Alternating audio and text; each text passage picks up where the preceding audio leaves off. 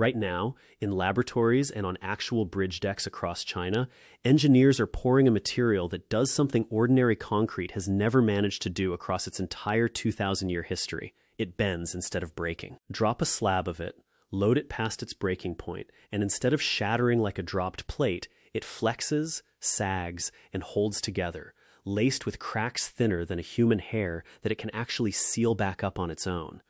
Concrete that heals itself is a real thing, and the numbers attached to this material sound almost impossible until you understand exactly what they're measuring. So let's separate the genuine physics from the online hype, because the real story turns out to be stranger and far more useful than the headline suggests. To understand why this material matters, you first need to understand the single biggest flaw in the most widely used building material on the planet. Concrete is everywhere. After water, it's the most consumed substance on Earth. Every city, every bridge, every parking garage, dam, runway, and foundation you've ever encountered is built on it because concrete has one enormous strength. It's extraordinary under compression. Stack a mountain of weight on top of a concrete column and it barely reacts. Squeeze it, and it pushes back all day long. But here's the catch that has haunted builders since ancient Rome. Concrete is brilliant in compression and pathetic in tension. Pull it, stretch it, or bend it, and it cracks almost instantly. Its tensile strength is a tiny fraction of its compressive strength, and that weakness is exactly why every significant concrete structure on Earth has steel bars buried inside it. The concrete handles the squeezing, the steel handles the pulling, and together they've held up modern civilization for more than a century in a kind of arranged structural marriage. It's a marriage with real problems, though. Because concrete cracks under tension, water seeps into those cracks.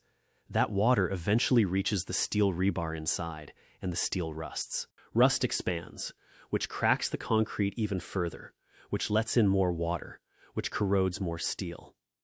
Engineers call this the corrosion spiral, and it's the underlying reason bridges crumble, parking structures fail, and governments pour astronomical sums into repairs. In the United States alone, tens of thousands of bridges are officially classified as structurally deficient, with at least one major structural component in poor condition, and millions of people drive across them daily without a second thought. Concrete's brittleness isn't a minor engineering quirk. It's a slow-moving, trillion-dollar global maintenance crisis quietly built into the foundations of the modern world. It's worth pausing on just how old this problem actually is. The Romans were mixing lime with volcanic ash to construct the Pantheon's dome nearly 2,000 years ago, a structure so well engineered it still stands today. But even the Romans built almost entirely in compression, relying on arches and domes precisely because they understood their material couldn't be trusted under tension. The first reinforced concrete bridge in the United States wasn't built until 1889, and the entire concept of rebar exists for one reason: to compensate for concrete's inability to handle being pulled. For roughly 2,000 years, that brittleness was simply accepted as an unchangeable fact of the material. Concrete breaks. That's just what concrete does. Nobody seriously believed that could change until a researcher in the 1990s asked a question that sounded almost naive at the time. What if concrete simply didn't have to break at all? The answer came out of a laboratory at the University of Michigan, developed by a professor named Victor Lee. In 1993, Lee created a material he called engineered cementitious composite, or ECC, though the wider world knows it by a much catchier name: bendable concrete. It's worth being upfront here, because this is exactly the point where a lot of online coverage of this material goes off the rails, and that's not the direction this story is going to take. The word bendable is doing a lot of heavy lifting, and it doesn't mean this material flops around like rubber. You're not going to tie it into a knot. What it actually means is something more subtle and honestly more impressive. Instead of snapping cleanly the instant it's bent too far, the way ordinary concrete does, this material yields. It deforms, sagging the way overloaded metal does, developing hundreds of tiny controlled cracks that distribute stress across a wide area rather than concentrating it into a single catastrophic fracture. Here's the headline number, and here's what it actually measures. Ordinary concrete can stretch only about 0.01% before it fractures. Essentially no give at all. This engineered material, by contrast, can stretch somewhere between 3 and 5%, and in some formulations even higher, before it finally fails. That works out to roughly 300 to 500 times the deformation capacity of standard concrete. So when you hear a claim like 500 times stronger, what that's actually referring to isn't raw strength at all. It's ductility, hundreds of times more stretch before the material gives out. The University of Michigan has measured strain capacities exceeding 4%, describing it as over 400 times that of ordinary concrete, and a tensile ductility figure of roughly 500 times normal concrete appears directly in Lye's own patent filings. So that eye-catching number is genuine. It's just describing flexibility, not crushing strength. On the strength side, the gains are real but more modest, and it's worth being precise about that too. Independent testing on cost-optimized versions of this material found it delivers more than double the flexural strength, resistance to bending, of typical concrete, along with higher compressive strength as well. So it genuinely is stronger in ways that matter for real structures. But its real superpower isn't how hard you can squeeze it, it's that it refuses to fail suddenly. Push a normal concrete beam past its limit, and it explodes without warning.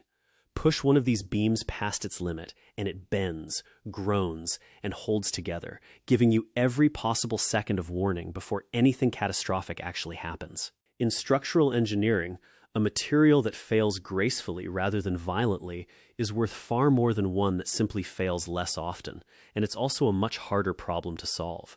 So how does a material built from mostly the same raw ingredients as ordinary concrete pull off a trick nobody managed for 2,000 years? The secret is hiding at a scale you can barely see with the naked eye. Pick up a chunk of this material, and it looks and feels almost exactly like regular concrete, gray, hard, heavy. But mix it in a lab, and you'll notice something's missing, the big chunks of gravel. Ordinary concrete is packed with coarse aggregate, stones, and gravel that add bulk and compressive strength, but also create weak points where cracks tend to start and race through the material unchecked. This engineered version drops most of that coarse aggregate and replaces it with something microscopic instead. The magic ingredient is fiber. Tiny polymer strands, usually polyvinyl alcohol or polyethylene, each only a fraction of a millimeter thick, blended into the cement mixture, typically making up just around 2% of the total volume. That's it, 2%. But those fibers change everything because they're engineered to operate at exactly the scale where cracks first form. Here's the elegant part. In normal concrete, once a crack starts, it just keeps going, widening and racing straight through the slab until the whole structure fails. In this material, when a microscopic crack tries to form, it runs directly into one of these polymer fibers, which bridges across the gap, grabbing both sides of the crack and holding it shut so it can't widen further. Instead of one crack growing into a catastrophic failure, the stress gets redirected to open another tiny crack somewhere else, and then another, and another, hundreds of them, each one held to less than the width of a human hair, typically under 100 microns. The entire material effectively becomes a dense network of thousands of harmless microcracks sharing the load, rather than one single fatal fracture. This is what's known as strain-hardening behavior. The material literally gets tougher the more it's stressed, similar to how metal behaves, right up until those distributed cracks have absorbed an enormous amount of energy. None of this happens by luck, and it's not simply a matter of tossing fibers into a batch of concrete. Engineers have been mixing steel and glass fibers into concrete for decades without ever producing anything close to this kind of behavior. The real breakthrough came from a discipline called micromechanics, mathematically tuning three variables simultaneously: the properties of the fiber itself, the properties of the surrounding cement matrix, and the strength of the bond between them, so that when a crack forms, the fiber slips just enough to absorb energy without snapping, which forces the stress to open a fresh microcrack elsewhere instead. Get that balance even slightly wrong, and you're back to ordinary, brittle failure. Get it exactly right, and the material actually hardens as it stretches. Solving that balance and getting the fibers to disperse evenly through the mix without clumping into weak points took years of dedicated research and a small library of patents, including work on specialized superplasticizers just to stop the fibers from bunching together. This is a genuinely designed material, engineered from the crack upward, and that dense web of hairline cracks unlocks the property that sounds most like science fiction of all, because if the cracks stay small enough, the material can actually close them by itself. This is the feature that tends to make people assume it's being exaggerated, so it's worth walking through the actual chemistry, because it's real and it's genuinely elegant. Ordinary concrete is never fully finished reacting chemically. Even years after it's poured, there are unreacted cement particles sitting dormant inside it, waiting. In a typical concrete crack, which tends to be wide, those particles never get a real chance to do anything useful. But in this engineered material, cracks are deliberately kept extremely narrow, under 100 microns, thinner than a strand of hair. At that tiny width, something remarkable happens once water and carbon dioxide from the surrounding air reach the crack. The dormant cement particles react and naturally present calcium combines with carbon dioxide to form calcium carbonate, essentially limestone, which grows and fills the gap. The crack seals shut. The material quite literally scabs over and heals itself. This isn't a party trick confined to the lab. Researchers have documented the material recovering much of its original stiffness after being cracked and then exposed to ordinary wet and dry cycles, the same rhythm of rain and sunshine any bridge or wall experiences over time. A patch of this material placed on a real bridge deck in Michigan, subjected to heavily loaded 11-axle trucks, kept its crack widths pinned at around 50 microns, while the ordinary concrete right next to it opened up cracks measured in millimeters. Dozens of times wider. Same weather conditions, same trucks driving over both, wildly different outcomes. Think through what self-healing does to that corrosion spiral described earlier. If cracks stay hair-thin and seal themselves shut, water can't get in. If water can't get in, the steel underneath doesn't rust. If the steel doesn't rust, the structure never enters that downward spiral of decay. And in the most ductile formulations, the material is tough enough on its own that engineers might not need nearly as much steel reinforcement in the first place, removing the very component that was corroding to begin with. A structure built from this material could, in principle, last significantly longer than a conventional one while demanding far less maintenance across its entire lifetime. And that word, lifetime, turns out to be the key that finally unlocks the second big number in this story. Now let's address the cost claim directly, because this is the part that demands the most honesty, and it's not worth selling anyone a myth. If you compare this material bucket for bucket against ordinary concrete on the day it's actually poured, it is not cheaper. It's more expensive. Those polymer fibers cost money. The specialized, aggregate-free mix costs money. Batch versus batch, engineered bendable concrete has historically carried a genuine price premium over the cheapest, most brittle concrete available on the market. Anyone claiming it's simply cheaper to pour is glossing over the fine print. So where does any actual cost saving come from? Two places, and both are legitimate. The first is life cycle economics. Because this material resists cracking, seals its own microdamage, and dramatically slows the corrosion process that destroys conventional structures, it doesn't need repair or replacement nearly as often. Researchers in Louisiana who developed a cost-optimized version made precisely this case. The mix costs more up front, but because the structure needs only about half as much material to accomplish the same structural job, and because it eliminates the recurring cycle of cracking and repair that eats away at infrastructure budgets over time, it can save significant money across the full life of the structure. A bridge deck that lasts decades longer, requires fewer closures, and needs less patching absolutely can come out cheaper across its entire lifespan, even if the very first truckload cost more up front. When people cite figures like 40% lower cost, they're almost always describing this whole life view, total cost of ownership, not the number on the invoice the day the concrete truck shows up. The second saving comes from making the material itself genuinely cheaper to produce, and this is where a lot of recent engineering effort has concentrated, including work that leans directly on materials China happens to produce in massive supply. The single most expensive and carbon-intensive ingredient in any concrete mix is Portland cement, so researchers have been aggressively working to replace it. That Louisiana cost-effective formulation swapped out up to 75% of the cement for fly ash, a waste byproduct generated by burning coal in power plants. Read that again. They took an industrial waste product, something that would otherwise just be dumped, and used it to replace 3/4 of the most expensive ingredient in the mix. China, which still operates an enormous fleet of coal power plants, produces fly ash by the mountain, turning that waste stream into a high-performance, Self-healing, ductile building material is exactly the kind of resourceful, vertically integrated engineering play that fits China's existing industrial strengths perfectly. Cheaper raw inputs, less waste, and a lower carbon footprint all at once, especially since cement production ranks among the largest single sources of carbon dioxide on the planet. So the honest version of the headline is this: not magically cheaper by the bucket, but potentially far cheaper by the decade, and getting cheaper to produce as engineers continue swapping expensive cement for abundant industrial waste.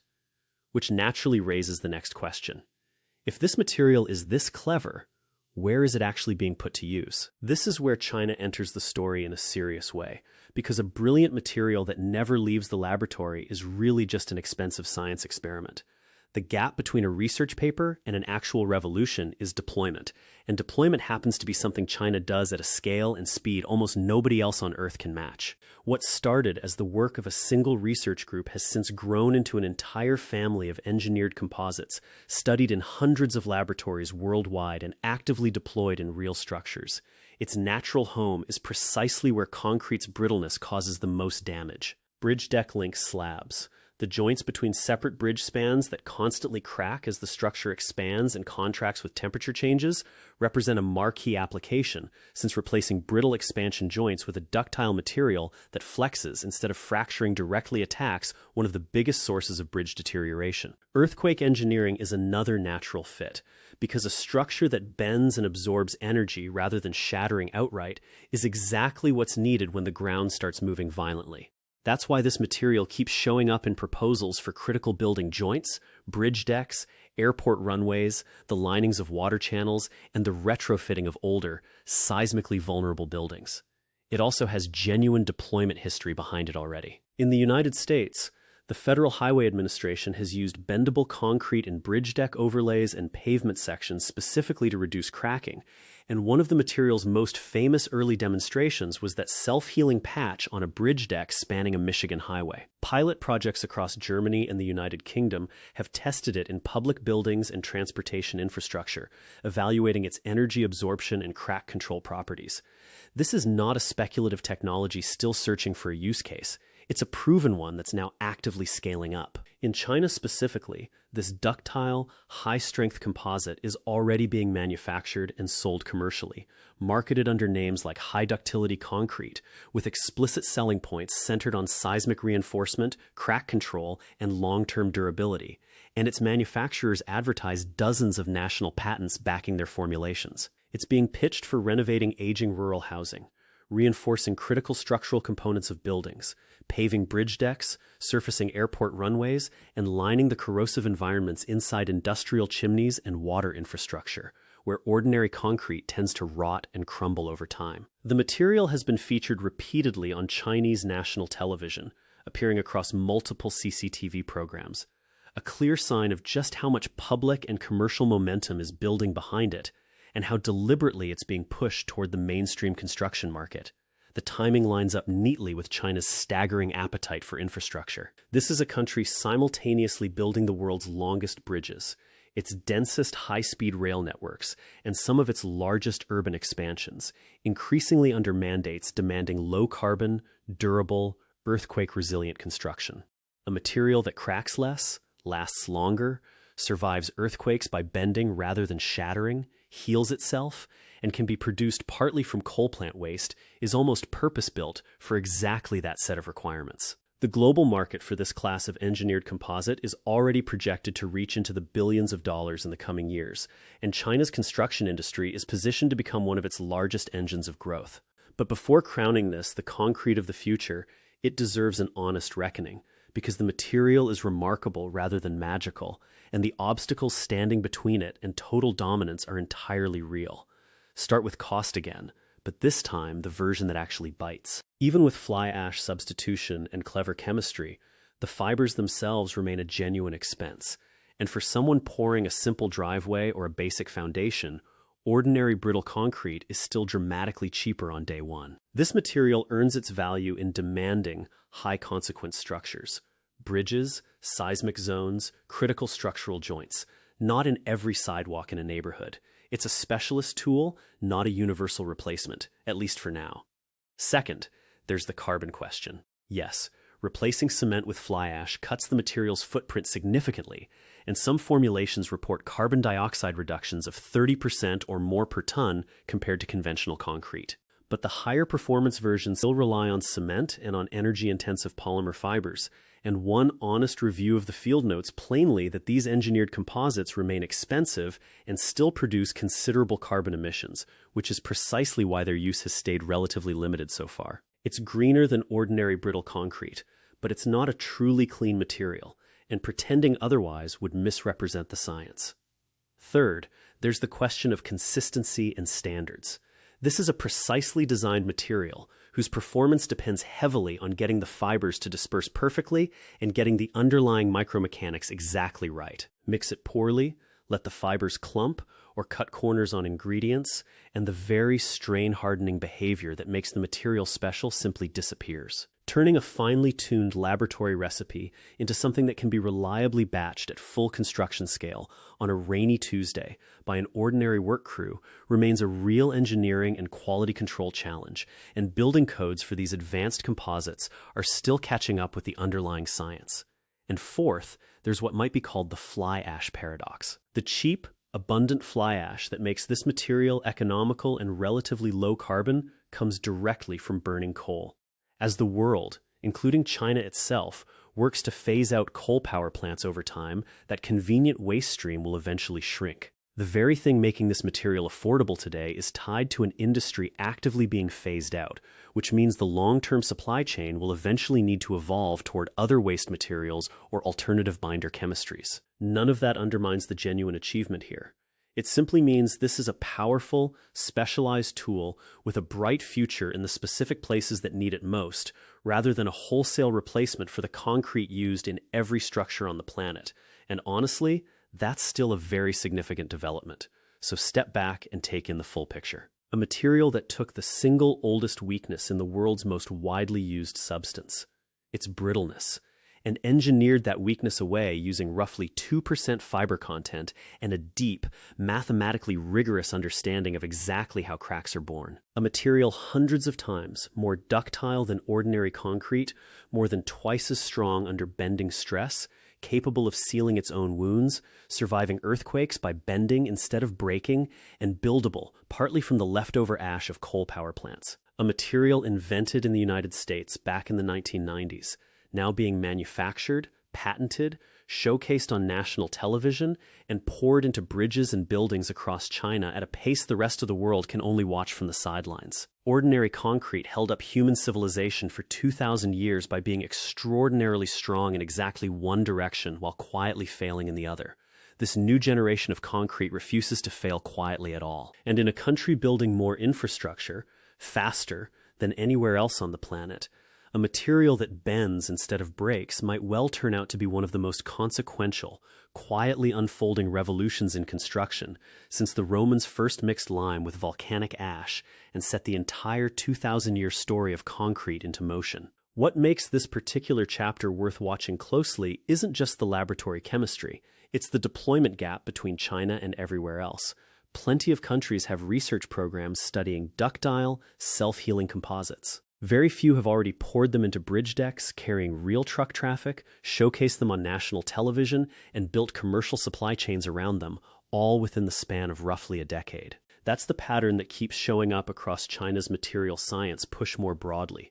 Not necessarily inventing the underlying breakthrough first, but recognizing its value early, solving the manufacturing and consistency problems that keep most promising materials trapped in academic papers, and then scaling deployment faster than regulatory caution elsewhere in the world typically allows. There are still real limits worth keeping in view. The fly ash supply that makes this material affordable is tied directly to coal power generation, an industry every country, China included, is trying to shrink over the coming decades.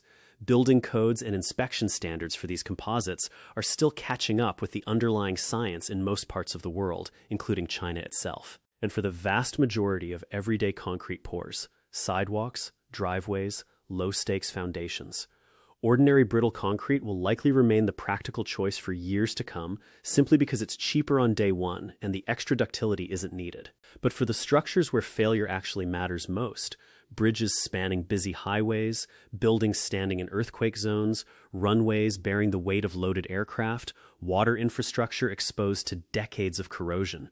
A material that bends, warns before it fails, and heals its own damage represents a genuine shift in how engineers can think about risk and maintenance. It won't replace every bag of cement on Earth. It doesn't need to.